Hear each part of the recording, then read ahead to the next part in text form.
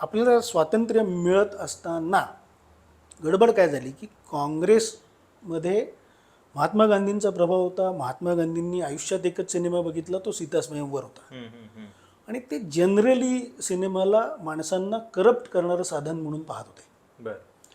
तीच लाईन काँग्रेसच्या नेत्यांनी घेतली. त्यांच्याकडे एक स्थानिक 2-3 नेते असे होते ज्यांना सिनेमाची ताकद समजत होती, विशेषतः तमिळनाडूमधला प्रभाव समजत होता. पण सिनेमा नटांचं ग्लॅमर वापरून प्रचार करणं म्हणजे आपण फार नीच दर्जाचं काहीतरी करतो आहोत.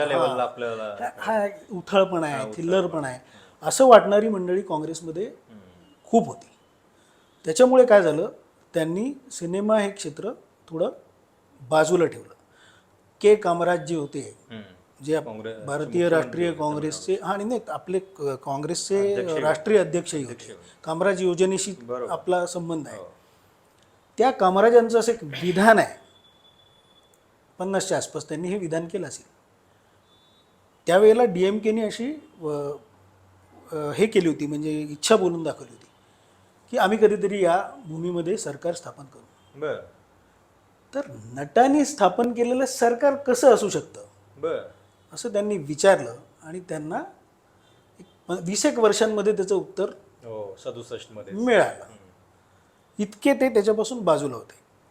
मग DMKकडे म्हणजे ही बंडखोर चळवळ आहे, सामाजिक समतेची चळवळ आहे आणि द्रविड अस्मितेची चळवळ आहे.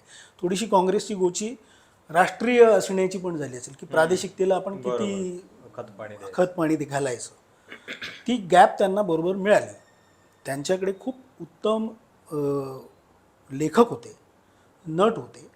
ती सगळी चळवळ सिनेमात गेली. आपल्याकडे चळवळ सिनेमात गेली नाही. आपण पण याच्यात राहिलो की चळवळीचा आणि सिनेमाचा काय संबंध.